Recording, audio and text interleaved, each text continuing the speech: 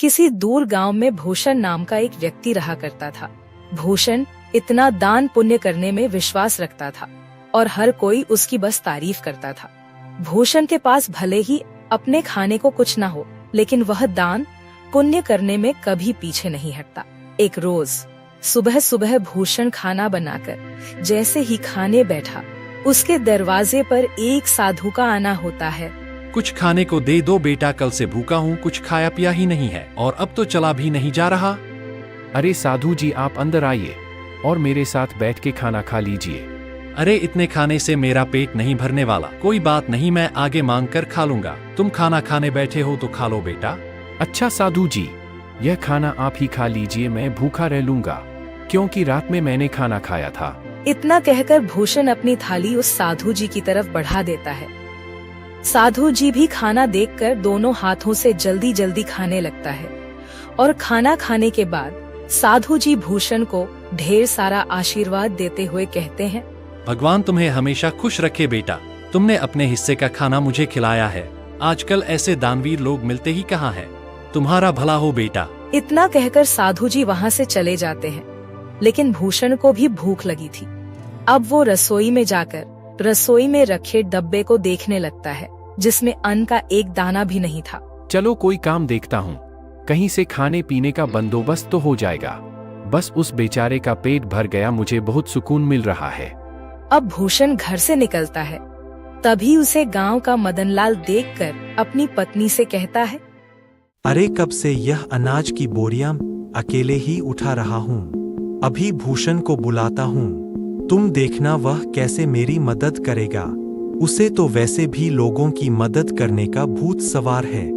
खुद भले ही जेब में फूटी कौड़ी ना हो, लेकिन बड़ा दानवीर बनता है। अब मदनलाल भूषण को आवाज लगाकर बुलाता है, अरे क्या हाल चाल है मदन भाई, सब ठीक तो है ना? ये अनाज की बोरियां खेतों से ला रहे हो क्या? अरे हाँ, खेतों से अभी 10 बोरियां और लानी है, लेकिन मैं बहुत ज्यादा थक गया हूँ। तुम थोड़ा हाथ बटा देते तो मेरा काम जल्दी हो जाता। अरे क्यों नहीं, चलो चलो, मैं आपके साथ मिलकर खेतों से आपके घर तक बोरियां पहुंचा देता हूं। बड़ा ही बेवकूफ है और इसे बेवकूफ बनाना भी आसान है। चलो, इसी बहाने मेरी मदद हो जाएगी और थोड़ा आराम भी मिल जाएगा। इतना कहकर मदनलाल भूषण से अब कई सारी बोरियां खेत से घर रखवाता है। लेकिन भूषण तो भूखा था, उसे भूख भी बहुत तेज लग रही थी। अब बोरियां रखने के बाद मदनलाल भूषण से कहता है, बहुत बहुत शुक्रिया भूषण भाई। अगर तुम ना होते ना तो मुझे यह बोरियां ढोते ढोते रात हो जाती। कई घंटे बोरियां ढोने के बाद भूषण थक जाता है और अब वह उधार लाला की दुकान से राशन लेकर खाना बनाकर खाता है।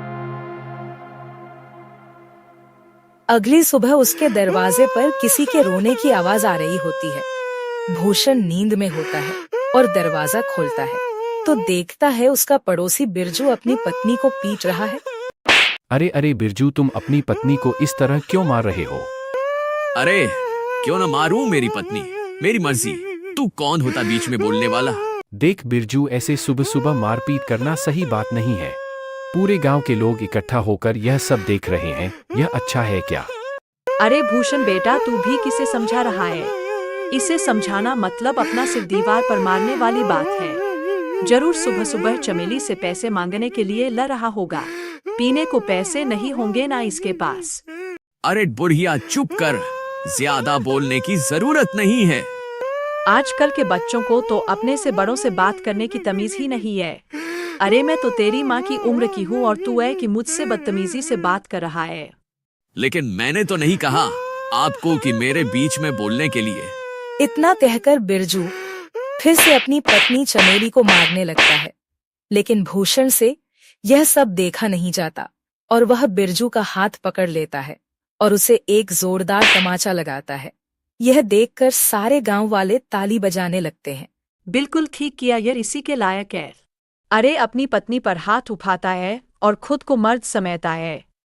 गांव के ढेर सारे लोग ये तमाशा देख रहे होते हैं। उनमें से एक औरत भूषण से कहती है, आप सच में बहुत नेक दिल के हैं। हर किसी की मदद करते हैं, हर किसी का भला चाहते हैं। हम गांव वाले बस आपसे इतना चाहते हैं कि अगला हमारा सरपंच आप ही हो। अरे क्या बात कही है तूने? यह बात तो काफी समय से मैं दिल में दबाए बैठी थी। अरे हाँ हाँ बिल्कुल, भूषण भाई गांव का सरपंच बनेंगे तो गांव में विकास होगा, तरक्की होगी। उस सज्जन सिंह के पास तो गांव के लोग जाने से भी डरते हैं, और रही उसे कुछ कहने की बात तो कोई भी उसके सामने मुंह नहीं खोल पाता। भूषण हर किसी की हर तरह से मदद करता था, जिस वजह से गांव के लोग भूषण को अपना अगला सरपंच बनाने का फैसला करते हैं। अब सरपंच तक यह बात पहुंचती है। सरपंच तिलमिला उठता है। क्या भूषण की इतनी हिम्मत खाने को लाले पड़े हैं, लेकिन सरपंच बनने का सपना देख रहा है। इसे तो मैं छोड़ूंगा नहीं। अरे हाँ मालिक, और तो और गांव वाले कह रहे हैं कि चाहे कुछ भी हो जाए, सरपंच तो भूषण ही बनेगा। अब आपको ही कुछ करना होगा, वरना भूषण आपकी गद्दी लेकर ही मानेगा। सरपंच अब सोच में पड़ जाता है कि वह ऐसा क्या करे जिससे उसके रास्ते का कांटा भूषण हमेशा हमेशा के लिए इस गांव से चला जाए। अगले चुनाव में गांव के लोग भूषण को सरपंच बना देते हैं। अब ऐसे ही कई दिन बीत जाते हैं और जब राशन देने की बारी आती है तो सरपंच बड़े ही चालाकी के साथ राशन में मिलावट करवा देता है, जो भूषण को बिल्कुल पता नहीं चलता। अरे बेटा, तुझे सरपंच बनता हुआ देख बहुत खुशी हो रही है। अब कम से कम राशन तो समय पर और अच्छा मिलेगा। अरे हाँ हाँ, सब कुछ अच्छा ही होगा। आप लोगों ने इतना विश्वास करके मुझे इस गांव का कार्यभार संभालने का जिम्मा दिया है और इसे मैं अच्छे से निभा सकूं, बस यही दुआ करिएगा। हाँ, अब गांव में विकास और तरक्की आने से कोई नहीं रोक सकता। गांव में राशन बांटने के बाद सभी खुश थे कि उन्हें पहली बार पूरा राशन मिला है, वरना सरपंच सज्जन सिंह तो आधे से ज्यादा राशन काट लिया करता है। लोगों को राशन मिल चुका था, लेकिन अगले दिन पूरे गांव में शोर मच जाता है कि उनके नए सरपंच भूषण ने मिलावटी राशन दिया है। अब गांव वाले एक जगह इकट्ठा होकर भूषण से सवाल करते हैं। हमने तुम पर विश्वास करके तुम्हें गांव का सरपंच बनाया और तुमने हमारे साथ ही विश्वासघात किया भूषण। बेटा, मुझे तुझसे यह उम्मीद नहीं थी। अरे राशन में मिलावट करके क्या मिला तुम्हें? तुम तो गांव के लोगों का हमेशा से भला चाहते थे, तो भला फिर राशन में मिलावट क्यों किया? इतना मिलावट तो सरपंच जी भी नहीं करते थे। हमने तुम्हें सरपंच बनाकर गलत फैसला ले लिया है। बिल्कुल ठीक कह रही है कलावती काकी, अभी के अभी तुम इस गांव से निकल जाओ। तुम इस गांव में रहने के लायक ही नहीं हो। ये सारी बातें चल ही रही होती हैं कि तभी वहाँ सरपंच आ जाता है।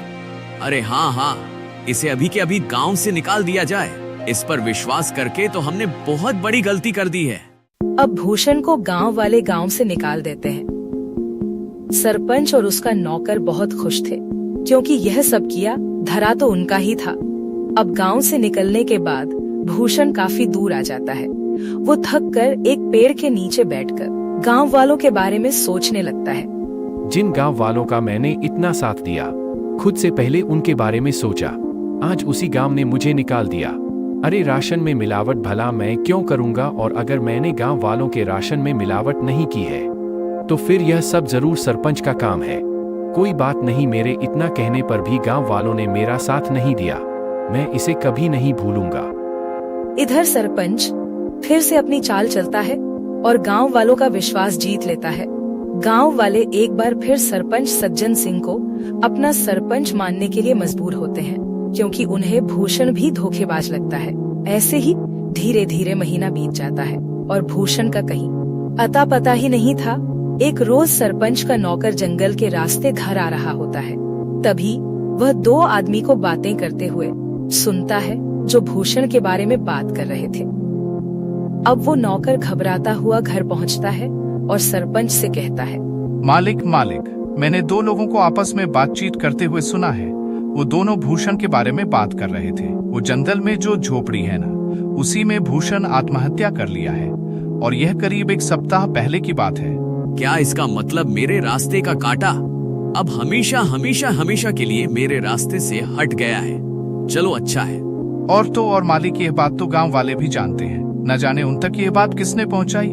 हो सकता है उन्हीं लोगों ने पहुंचाई हो जो बात कर रहे थे। अरे गांव वाले बहुत ही मतलबी हैं। भूषण ने गांव वालों का कितना साथ दिया, और गांव वाले भी यही कहेंगे कि भूषण ने शर्म के मारे आत्महत्या कर ली।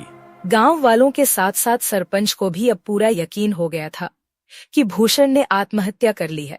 लेकिन कुछ दिनों बाद भूषण सरपंच के दरवाजे पर पहुंचता है। शाम का समय था, चारों तरफ अंधेरा छा रहा था। सरपंच अपने नौकर को आवाज लगाकर कहता है, अरे सामने देख, जरा कोई खड़ा है क्या? मुझे तो ऐसा लग रहा है कि सामने भूषण है, मतलब भूषण का भूत।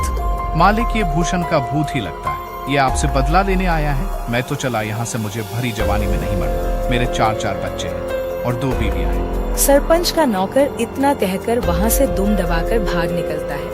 भूषण जैसे जैसे आगे बढ़ रहा था, सरपंच पसीने से तरबतर हो रहा था। वहीं रुक जा भूषण का भूत, तुझे क्या चाहिए? मैं तुझे सब कुछ देने के लिए तैयार हूँ, अपना घर, जमीन, पैसा, लेकिन मुझे मारना मत। मैं तुम्हें नहीं छोड़ूंगा। तुमने मुझे बदनाम किया है। अब तुम ही यह सच गांव वालों के साथ सामने बोलोगे, वरना मैं तुम्हें मार डालूंगा। अरे हाँ, मैं गांव वालों के सामने सच को बोलने के लिए तैयार हूँ, लेकिन मुझे मारना मत।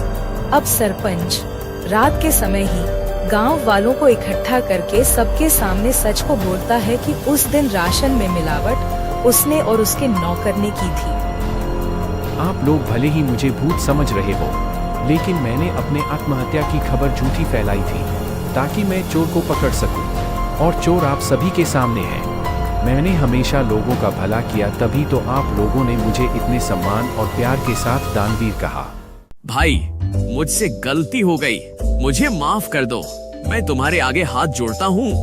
अब उसी वक्त गांव वाली सरपंच को गांव से निकालकर सरपंच की जगह भूषण को गांव का सरपंच बनाते हैं और भूषण से माफी मांगते हैं कि वह सरपंच की बातों में आ गए थे और उन्होंने बिना सोचे समझे उसे गांव से निकाल दिया था।